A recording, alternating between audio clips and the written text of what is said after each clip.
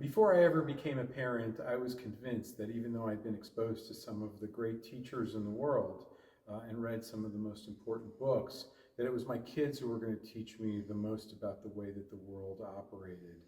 This is Rabbi Andy. I'm with Temple Emmanuel in Greensboro, North Carolina, and this is the 18th Pearl of Elul that we're sharing in this month leading up to the high holidays. And again, we hope that you're following along, and there's a text associated with this, which actually begins exactly the same way. Rabbi Ed Feinstein from out in California basically expresses the same sentiment.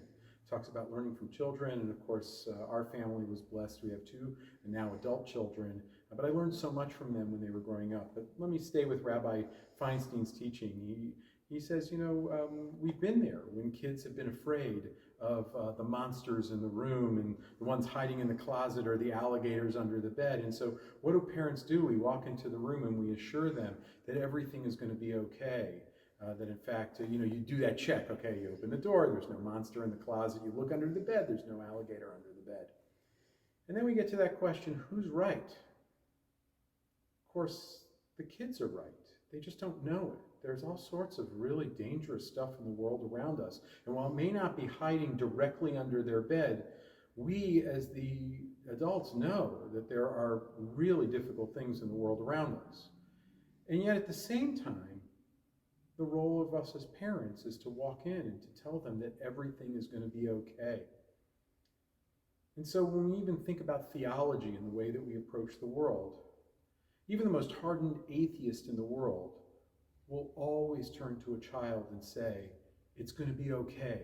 Tomorrow's going to be fine. Have hope. Things will be good.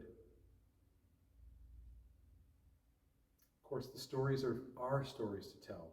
How we approach those who are in our family and those who are in the world around us, and what we choose to see and what we choose to convey as our message.